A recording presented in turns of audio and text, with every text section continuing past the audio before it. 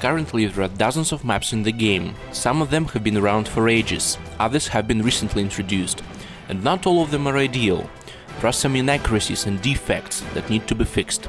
That's what we are going to do. Location of drop zones on some maps results in boxes landing in places that can't be accessed by players.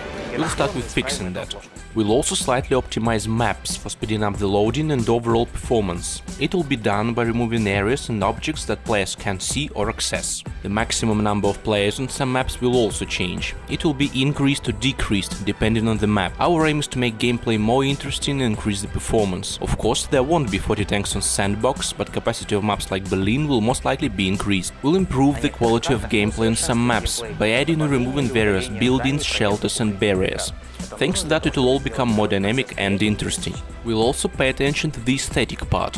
Now on some maps you can notice unexpected transitions and joins between completely different surfaces, incorrectly placed buildings and props and so on. We'll make these things logical and pleasing.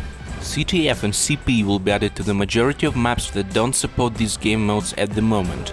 Moreover, some maps will get another mode, reversed CTF. The team's flag will be placed on enemy's base. Respawn points of tanks will be reworked. The changes will affect all game modes, especially control points. Now the game has several maps with serial numbers: Silence 1 and 2, Brest 1 and 2, Highland 1 and 2. These pairs are basically the same in terms of gameplay. That's why they'll be reworked, and only one map from each pair will remain in the game. The least popular maps, changes in which won't make them more popular, will be removed. Reworking maps is a difficult and time-consuming task. Therefore, changes will be implemented step by step. Stay tuned!